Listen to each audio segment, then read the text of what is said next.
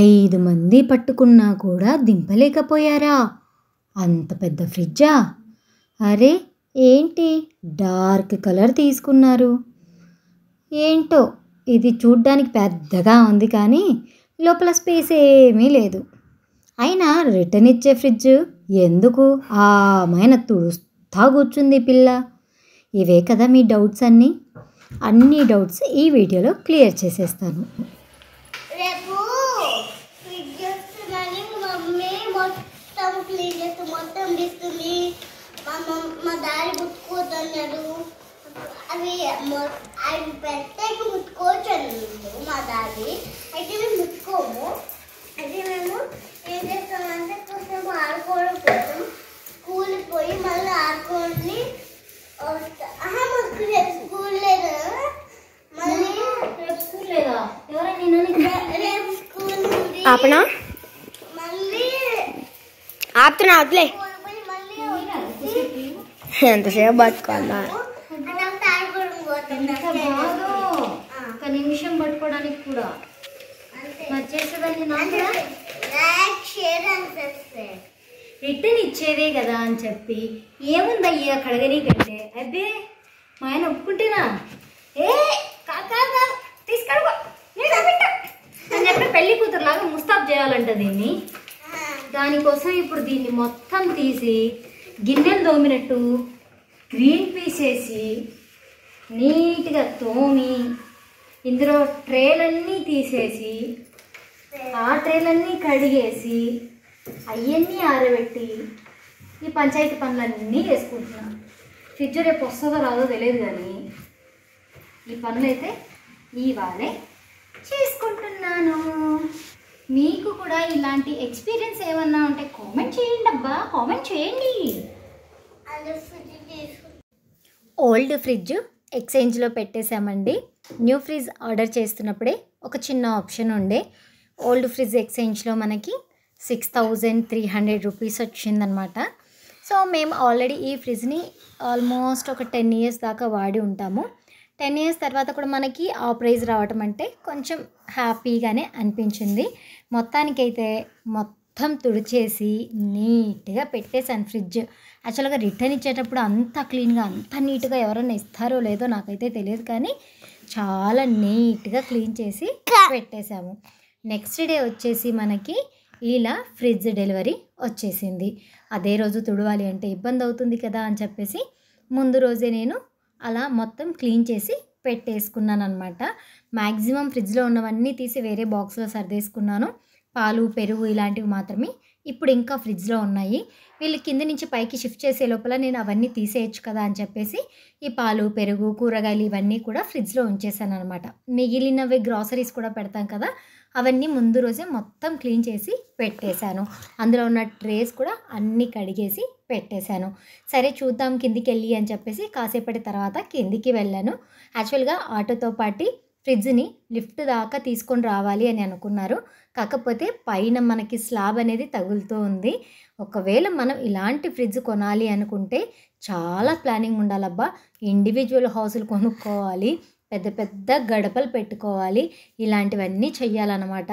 చాలా కష్టపడ్డారు అసలు ఈ ఫ్రిడ్జ్. ఆ అబ్బాయి దాన్ని వంపొద్దు, వంపితే పాడైపోతుంది, వంపొద్దు అని అంటున్నాడు కానీ లాస్ట్కి అయితే వంపకుండా తీసుకురాలేకపోయారనమాట దాన్ని. ఎందుకంటే అలానే లేపాలి అంటే చాలా కష్టపడాల్సి వచ్చేసింది. అండ్ అలాగే కార్డ్బోర్డ్తో పాటు ఎత్తండి నాన్న పైకి అంటే అయ్యో 100 kilos ఉంది, మేము ఎక్కడ ఎత్తుతాం, ఎత్తము, లిఫ్ట్లో పోవాల్సిందే ఇది అన్నారు. సరే అని చెప్పి కార్డ్బోర్డ్తో సహా లిఫ్ట్లోకి తోయడానికి ట్రై చేశారనమాట. కానీ కార్డ్బోర్డ్ అనేది లోపలికి వెళ్ళలేదు. అంటే కొంచెం ఏమంటారు లిఫ్ట్కి కరెక్ట్గా అక్కడక్కడికి ఉంది కానీ కార్డ్బోర్డ్తో సహా అంటే పట్టట్లేదని చెప్పి కార్డ్బోర్డ్ను చించేశారనమాట. ఈ అబ్బాయి ఏం చెప్తున్నాడంటే మీకు 7 daysకో 10 daysకో రిటర్న్ ఆప్షన్ ఉంటుంది కదా, ఇన్ కేస్ మీకు ఫ్రిడ్జ్ వర్క్ అవ్వకపోతే కంపల్సరీ కార్డ్బోర్డ్ ఉండాలి, సో దాన్ని చించేయకూడదు అని చెప్తున్నాడు ఈ అబ్బాయి. వరే నైనా ఇంత కష్టపడి పైకి ఎక్కించిన తర్వాత ఇంకేం రిటర్న్ ఇస్తాం రా బాబు, అది వర్క్ అయ్యిందంటే ఉంచుకుంటాం పర్లేదు చించు అన్న కూడా చాలాసేపు చించలేదు కార్డ్బోర్డ్ అయితే గన. ఇంకా లాస్ట్కి పైకి ఎత్తడానికి ట్రై చేశారు కార్డ్బోర్డ్, పైన వచ్చేసి స్లాబ్ తగులుతుంది, వేరే ఆప్షన్ లేక చించేశారనమాట. ఈ గ్యాప్లో నేను ఒక 4-5 సార్లు పైకి కిందికి దిగాను. నైఫ్ తీసుకురమ్మన్నారు కార్డ్బోర్డ్ కట్ చేయడానికి అని చెప్పి. అండ్ అలాగే కార్డ్బోర్డ్ తీసేశారు కదా, ఫ్రిడ్జ్ పట్టుకోవడానికి గ్రిప్ ఉండదు అని చెప్పేసి శారీస్ తీసుకురమ్మని చెప్పారు. అంటే శారీస్ ఇలా కట్టేసి మూట కట్టినట్లు కట్టేసి శారీస్ పట్టుకొని గుంజేశారనమాట.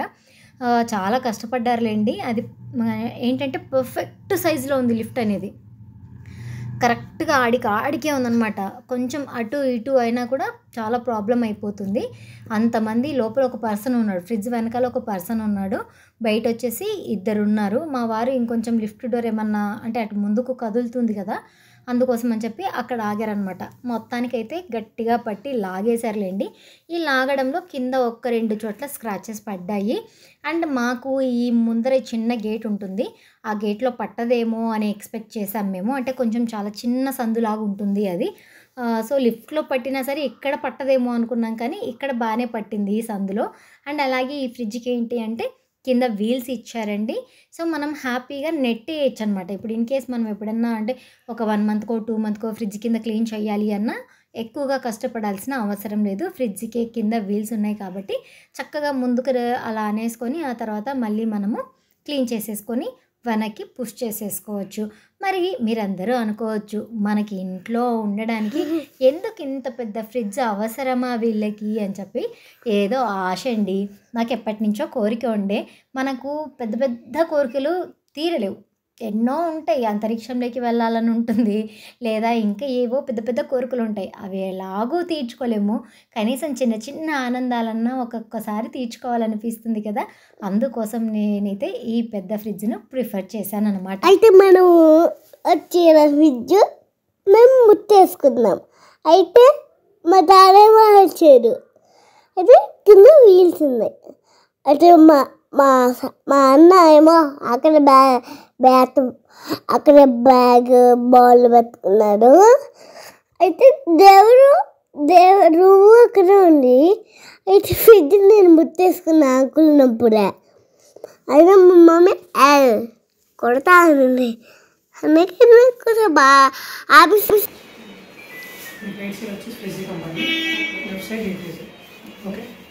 Fridge temperature 1 degree to 9 degrees వరకు ఉంటుంది. అది ఆటోమేటిక్గా సెట్ చేసుకుంటుందో మనం చెయ్యాలి, చేంజ్ చేసుకోవాలి, మనమే చేసుకోవాలా? అంటే సీజన్ బట్టి చేంజ్ చేసుకుంటా ఉండాలా? లేదు, నార్మల్గా సరిపోతుంది నేను చెప్తున్నాను. ఓకే. కానీ ఫ్రిడ్జ్ నార్మల్ టెంపరేచర్ వచ్చేసి 1 to 9 వరకు ఉంటుంది. 1 హై కూలింగ్, 9 లో కూలింగ్, 5 నార్మల్. రెగ్యులర్ 5లో ఉంటే సరిపోతుంది. ఓకే. రెగ్యులర్ ఓఎఫ్ ఆఫ్ అనుకోండి, మీకు ఫ్రిడ్జ్ కంపార్ట్మెంట్లో ఐటమ్స్ ఏం లేవు, యూజబుల్ అనుకుంటే ఆఫ్ చేసుకోవచ్చు. ఆటోమేటిక్ ఫ్రీజర్ రన్నింగ్లో ఉంటుంది. ఓకే, ఇది మాత్రం ఆఫ్ చేసుకోవడానికి లేదు. ఓకే ఓకే, మీకు 1 to 9 టెంపరేచర్ ఉంటుంది. 1 హై కూలింగ్, 9లో, 5 normal. Regular 5. Freezer the fridge okay. -1 to -24 ఉంటుంది ఫ్రీజర్ టెంపరేచర్. -1 to -24 వరకు. -1 లో cooling, -24 high cooling. Okay. Opposite ఉంటుంది ఫ్రిడ్జ్కి ఫ్రీజర్. ఓహో, మీకు ఫ్రిడ్జ్ హై కూలింగ్ 1 అని చెప్పాను కదా, మైనస్లోకి వచ్చేసరికి -1 లో కూలింగ్ వస్తుంది. ఓహో, ఇది హై ఉన్నప్పుడు ఇది లో ఉండాలి. -24 వచ్చేసి high cooling. Okay. 18 is regular freezer. Freezer నార్మల్గా ఇప్పుడు ఐస్ క్రీమ్స్ అయినా ఐస్ క్యూబ్స్ అయినా 18 సరిపోతుంది. ఫాస్ట్ కూలింగ్ కావాలంటే 24. ఓకే, ఎప్పుడన్నా ఐస్ క్యూబ్స్ తొందరగా అవ్వాలి 24 ఫాస్ట్ కూలింగ్ అవుతుంది.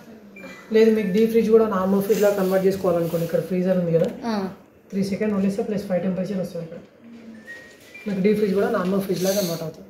ఓహో, ఓకే. మళ్ళీ మనం డీ ఫ్రిడ్జ్ కావాలి అంటే సేమ్ ప్రెస్ చేయాలా? నార్మల్గా వేరే చేంజ్ చేయాల్సి వస్తుంది. మీకు నార్మల్ ఫ్రిడ్జ్ లా కన్వర్ట్ కావాలంటే 3 సెకండ్ వదిలేయాలి. మళ్ళీ ఫ్రీజర్ లా కన్వర్ట్ కావాలంటే నార్మల్ టచ్ చేస్తుంటే వెళ్ళిపోతుంది. ఓకే, అలా చేసుకోవాలి. ఫ్రిడ్జ్ 5, ఫ్రీజర్ 18 అని చెప్పాను కదా, కానీ వేరే చేంజ్ చేస్తున్నాను చూడండి.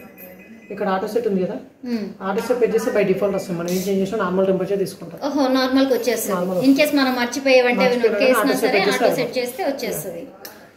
ఆటో సెట్ ని మనం 3 సెకండ్ వదిలేసాం అనుకోండి, హాలిడే మోడ్ ఇక్కడ అంబర్లా సింబల్ వస్తుంది. అంటే 1 month 2 months మీటర్ లాంగ్ వెళ్ళారనుకోండి, ఓకే, ఫ్రిడ్జ్ లేటెస్ట్ మొత్తం తీసేసి హాలిడే మోడ్ లో పెట్టేస్తే కూలింగ్ తక్కువ తీసుకుంటుంది. బ్యాడ్ స్మెల్ కానీ బ్యాక్టీరియా ఫామ్ అవ్వకుండా చూసుకుంటారు. అంటే ఆఫ్ చేసి వెళ్ళిపోకూడదు, అట్లా 3 months స్మెల్ వస్తుంది కదా, ఓకే కూలింగ్ తక్కువ చేసుకుంటే పవర్ కంజెస్షన్ తగ్గుతుంది. అవును, ఇప్పుడు దీనికి ఏదో స్టార్ రేటింగ్ లేదు, ఏదో పవర్ లాగేస్తుంది అని అంటున్నారు. ఉండదా? అంటే నేను తెచ్చుకున్నాక అపార్ట్మెంట్ లో, అంటే ఇది పట్టలే, నిన్న చాలా కష్టపడ్డారులే తేయడానికి, ఈ లోపల అపార్ట్మెంట్ లో అందరికీ తెలిసింది తెచ్చినామని. వాళ్ళు చూసి స్టార్ రేటింగ్ లేదు, పవర్ ఎక్కువ లాగేసిద్ది అని ఏదేదో చెప్తున్నారు. ఇక్కడ మీకు పవర్ కూల్ ఉంది కదా, పవర్ కూల్ అంటే మీకు ఫ్రిడ్జ్ లో ఐకూలింగ్ 1 అని చెప్పాను కదా, మీరు ఇక్కడ చేంజ్ చేయకుండా పవర్ కూల్ పెట్టేసి డైరెక్ట్ ఫ్రిడ్జ్ లో ఐకూలింగ్ వస్తుంది. పవర్ కూల్ చేయగానే ఫ్రిడ్జ్ లో ఐకూలింగ్ వచ్చేస్తుంది ఆటోమేటిక్. టర్బోయిస్ డీప్ ఫ్రీజర్ కి -24 ఐకూలింగ్ అని చెప్పాను, సేమ్ అలాగే. 2 ఆప్షన్స్ మాత్రం డిస్ప్లేలో చూపించాం, టెంపరేచర్ చూపించారు. ఓకే, ఒకవేళ ఇది పిల్లలు తెలియక నొక్కేసారు, అది ఆన్ లో మనకి ఎలా తెలిసింది? ఇందాక లేదా అది? చూడండి ఇప్పుడు ఆఫ్ లో. Okay okay okay, power cool fridge కి ఐకూలింగ్, టర్బోయిస్ డీప్ ఫ్రీజ్ కి ఐకూలింగ్. ఇది 3 సెకండ్ వదిలేస్తే లాక్ అయిపోతుంది డిస్ప్లే.